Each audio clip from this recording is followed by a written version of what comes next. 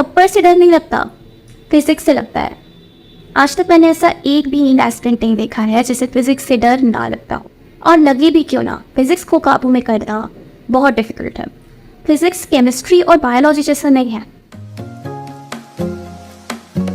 आज की वीडियो में मैं आपसे डिस्कस करूंगी कि मैंने किस तरह से फिजिक्स को अप्रोच किया जिससे कि मैं नीट को क्रैक कर पाई और फिजिक्स में अच्छे नंबर लेके आ पाई। फिजिक्स मुझे स्टार्टिंग से बहुत पसंद थी, लेकिन प्रॉब्लम वहाँ आई जब मॉक टेस्ट में मेरे नंबर फिजिक्स में अच्छे नहीं आए।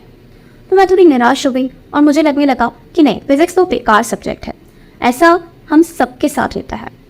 जिन भी लोगों को फिजिक्स से नफरत है वो इसलिए ही है क्योंकि फिजिक्स में नंबर नहीं आते। बायोलॉजी में भी नंबर आ जाते हैं, केमिस्ट्री में भी नंबर आ जाते हैं, बट फिजिक्स में नंबर लाना बहुत डिफिकल्ट हो जाता है। इस चीज़ से छुटकारा पाने के लिए मैंने फिजिक्स को अप्रोच करने का अपना तरीका कम्प्लीटली चेंज कर दिया। तो इस वीडियो को ईजी बनाने के लिए मैंने अपनी अप्रोच को 4 स्टेप्स में डिवाइड किया है। First step is understanding the concept. Second step is creating और making a formula sheet. Third step is solving questions. Fourth step is revision. So in 4 steps को अच्छे से फॉलो करने पर आप इजीली किसी भी चैप्टर को बहुत अच्छे से समझ सकते हैं और उस चैप्टर से रिलेटेड हर एक क्वेश्चन को इजीली सॉल्व कर सकते हैं, भले ही वो क्वेश्चन कितना भी डिफिकल्ट क्यों ना हो। तो स्टार्ट करते हैं स्टेप 1 से। Step 1 is about understanding the concept behind the chapter. For example, अगर हम लॉज ऑफ मोशन पढ़ रहे हैं तो हमें उसके बारे में सब कुछ पता होना चाहिए। कौन से लॉज हैं, उन लॉज की एप्लीकेशन क्या है, उस चैप्टर में कितने फॉर्मूलाज हैं, उस चैप्टर में किस तरह के क्वेश्चंस पूछे जाते हैं, इन सब के बारे में हमें पता होना चाहिए।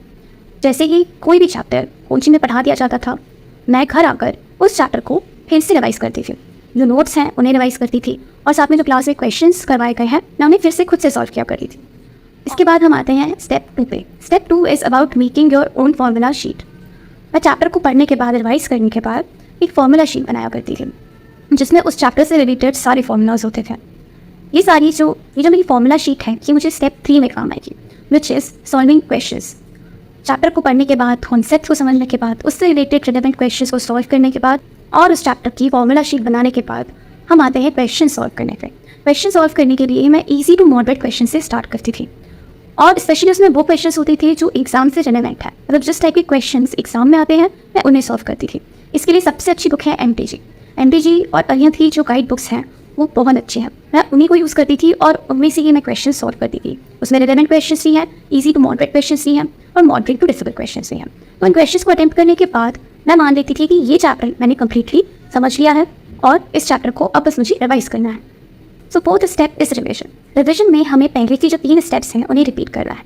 मतलब रिवाइज करते वक्त हमें चैप्टर के जो नोट्स हैं उन्हें पढ़ना है, उन नोट्स में जो क्वेश्चंस हैं उन्हें फिर से सॉल्व करना है और फिर हमें अपनी फॉर्मूला शीट को रिवाइज करना है एंड देन हमें वापस जाकर क्वेश्चन सॉल्व करना है। जो क्वेश्चंस हम पहले भी सॉल्व कर चुके हैं उन्हें भी सॉल्व करना है और साथ में हमें प्रीवियस ईयर क्वेश्चंस और बाकी कुछ और रिलेवेंट क्वेश्चंस भी सॉल्व करने हैं। ये क्वेश्चन सॉल्व करने का सबसे बड़ा फायदा ये होगा कि एक प्रैक्टिस डेवलप हो जाएगी और साथ ही में टाइम मैनेजमेंट भी हम धीरे धीरे करके सीख जाएंगे। वैसे फिजिक्स में सिर्फ मेमोराइज करना इंपॉर्टेंट नहीं होता है। मेमोराइज करना is half of the job. बाकी का जो हाफ है वो है प्रैक्टिस। आपको फॉर्मूला याद है लेकिन उस फॉर्मूला को किस तरह से क्वेश्चन में पुट करना है और उस फॉर्मूला की बेसिस पे किस तरह के क्वेश्चंस आते हैं वो ही आपको नहीं पता है तो आप एग्जाम में उस फॉर्मूला का यूज़ कैसे करेंगे। इसलिए आपको प्रैक्टिस करनी बहुत ज़रूरी है। डेली आपको 50 to 100 क्वेश्चंस प्रैक्टिस करना is a must, because if you don't do that आपकी प्रैक्टिस डेवलप नहीं हो पाएगी। आप वीक में एक बार पढ़ रहे हैं फिजिक्स को और उसमें भी आप नोट्स रिवाइज कर रहे हैं और 5-6 क्वेश्चंस कर रहे हैं, नोट्स में जो क्वेश्चंस दिए हुए हैं वही क्वेश्चन सॉल्व किए जा रहे हैं। प्रीवियस ईयर क्वेश्चंस एक बार कर लिए हैं, अब फिर से उसको उठा के नहीं देख रहे हैं।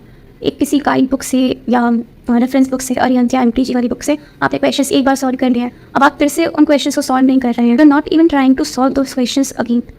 तो इस वजह से आपकी प्रैक्टिस प्रॉपर नहीं हो पा रही है। इसलिए मेन एग्जाम में या मॉक टेस्ट में नंबर भी आ रहे हैं क्योंकि प्रैक्टिस नहीं है, टाइम भी मैनेज नहीं हो पा रहा है, फॉर्मूला को कैसे क्वेश्चन में पुट करना है वो ही समझ में नहीं आ रहा है। यही गलतियाँ मैं भी करती थी।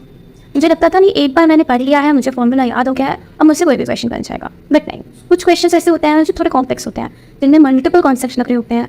आपको एक डाटा निकालने के लिए एक फॉर्मूला यूज़ करना है, फिर उस फॉर्मूला से जो आंसर आएगा उस आंसर को यूज़ करके दूसरे फॉर्मूला में पुट करके फिर आपका फाइनल आंसर आएगा। ये multiple concepts, multiple formulas use हो रहे हैं। अब इस चीज़ को समझने के लिए प्रैक्टिस ही की जा सकती है, इसके अलावा कोई भी इसका इलाज नहीं है।